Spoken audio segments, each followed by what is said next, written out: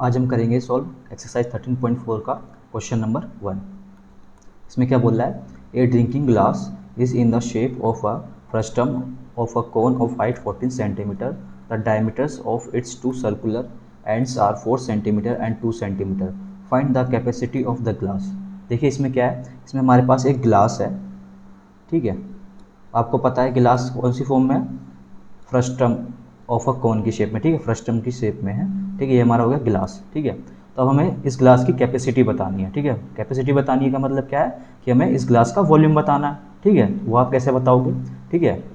जो एक फ्रस्टम होता है उसका वॉल्यूम का फॉर्मूला क्या होता है, वॉल्यूम इक्वल्स टू क्या होगा, 1/3 pi h R1 square plus R2 square plus R1 into R2, ठीक है।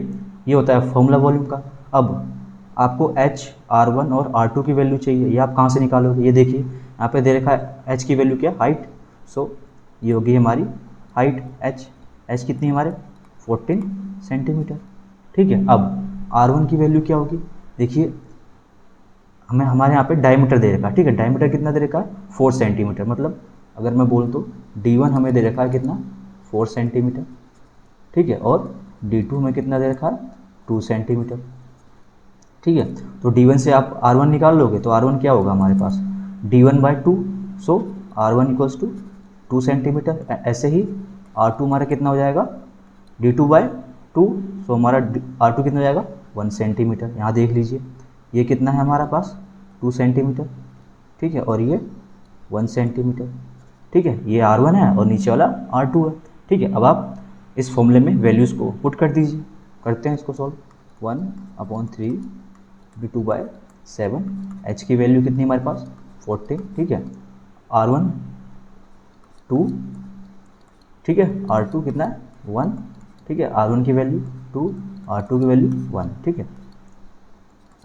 और सॉल्व करेंगे इसको 22/7 इंटू 14, ठीक है। इसको सॉल्व करोगे तो क्या आएगा 4 + 1 5 + 2 7, ठीक है। ये हमारा कितना आ गया 7, ये 7 से 7 कैंसिल हो जाएगा, हमारे पास क्या बचेगा 22 इंटू 14/3।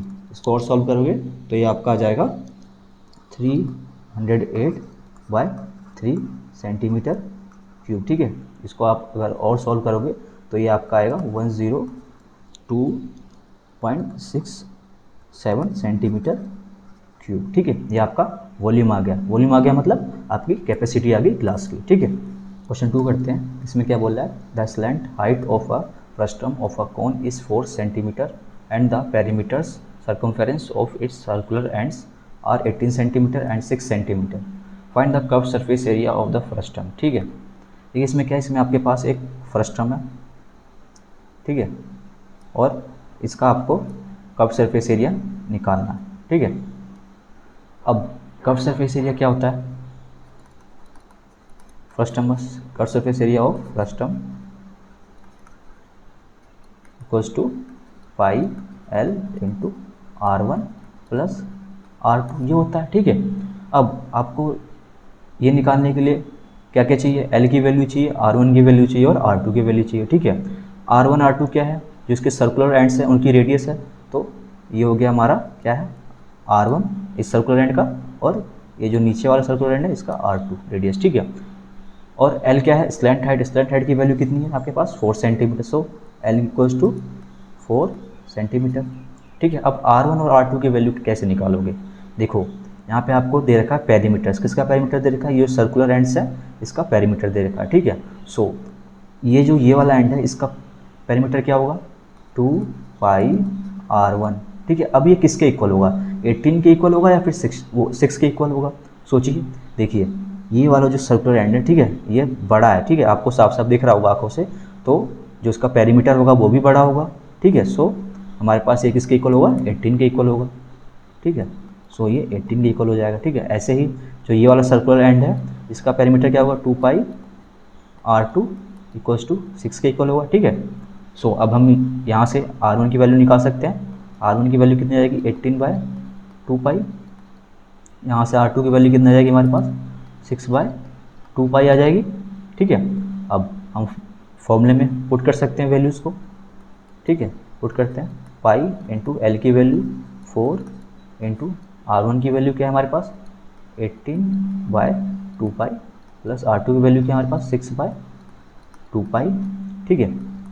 और सॉल्व करेंगे इसको पाई इंटू 4 इंटू ये क्या जाएगा 18 + 6 24/2 पाई, ठीक है। पाई से पाई कैंसिल, यहाँ पे ये 2, तो 2 इंटू 24 क्या हो जाएगा 48 सेंटीमीटर।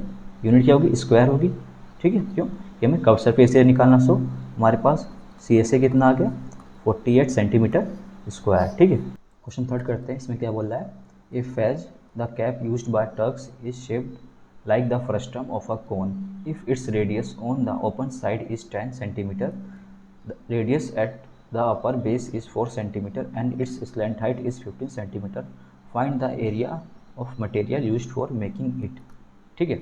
इसमें क्या बोल रहा है कि हमारे पास एक कैप है, ठीक है। उसकी शेप कैसी है, जो फ्रस्टम है ना उस शेप में, देखिए यहाँ पे कैप है, ठीक है। ये फ्रस्टम की शेप में है, ठीक है। फ्रस्टम भी ऐसा ही होता है, ठीक है। तो हमें बताना है कि इसमें जो मटेरियल यूज़ हुआ है इस कैप को बनाने में, ठीक है, उसका एरिया बताना है, ठीक है। वो आप कैसे बताओगे, देखिए आपकी कैप कुछ इस शेप में है, दिख रहा होगा आपको साइड में, ठीक है, कुछ इस शेप में है, ठीक है। सो देखिए मटेरियल कहाँ कहाँ पे लगा हुआ है, पहले तो हम ये देखते हैं, ठीक है। मटेरियल हमारा कहाँ कहाँ पे लगा हुआ है कैप में, देखिए एक तो यहाँ पे लगा हुआ है, ठीक है, इसके टॉप वाले एंड पे, ठीक है, यहाँ पे मतलब, ठीक है। एक इस वाले टॉप एंड पे लगा हुआ, और ये जो साइड में है, ठीक है, ये साइड में इस वाले लगा हुआ, ठीक है। सो अब हमें मतलब इन दो पार्ट्स का एरिया निकालना है, ठीक है। सो अब आप देखिए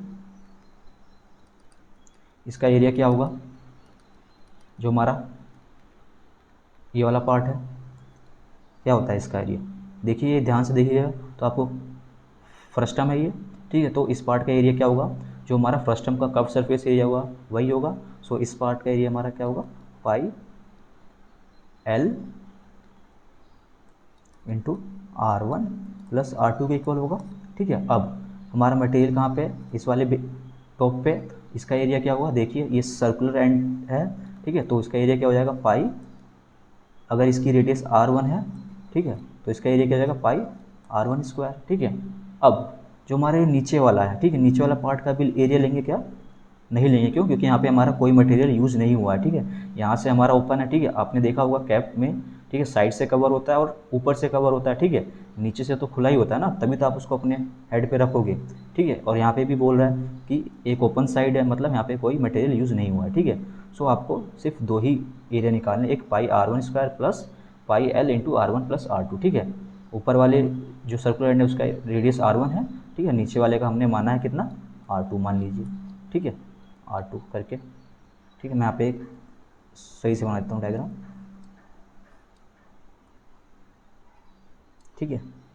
ये हमारा R1 और ये हमारा R2, ठीक है। सो अब हमारे पास R1 R2 की वैल्यू भी चाहिए, ठीक है, और L की वैल्यू चाहिए, ठीक है। वो कैसे आएगी, देखिए आपको दे रखी होगी इक्वेशन में, सॉरी क्वेश्चंस में, देखिए रेडियस ओपन साइड मतलब R2, सो R2 की वैल्यू हमारे पास कितनी है 10 सेंटीमीटर, ठीक है। और R1 की वैल्यू कितनी है अपर बेस 4 सेंटीमीटर, ठीक है। और स्लैंट हाइट मतलब L की वैल्यू कितनी दे रखी है हमारे पास 15 सेंटीमीटर, ठीक है। और जो मटेरियल का एरिया क्या होगा, देखिए एरिया ऑफ मटेरियल क्या होगा, मैंने भी बताया ना, ये वाला एरिया प्लस ये वाला एरिया, ठीक है। पाई R1 square plus pi L into R1 plus R2 equal होगा, ठीक है। पाई की वैल्यू 22/7, R1 की वैल्यू 4 का स्क्वायर प्लस 22/7 इंटू एल की वैल्यू 15 इंटू R1 की वैल्यू 4, R2 की value 10, 22/7 into 16 plus 22/7 into 15 into 40, ये यहाँ पे ये क्या जाएगा 2, ठीक है। इसको सॉल्व करोगे तो ये आपका आ जाएगा 50.285 प्लस ये कितना हो जाएगा हमारे पास 660, ठीक है। ऐड करने पे ये हमारा आ जाएगा 710.285 सेंटीमीटर स्क्वायर। ठीक है, ये क्या आ गया हमारे पास, एरिया किसका, मटेरियल का। ठीक है, एरिया ऑफ मटेरियल यूज्ड। ठीक है।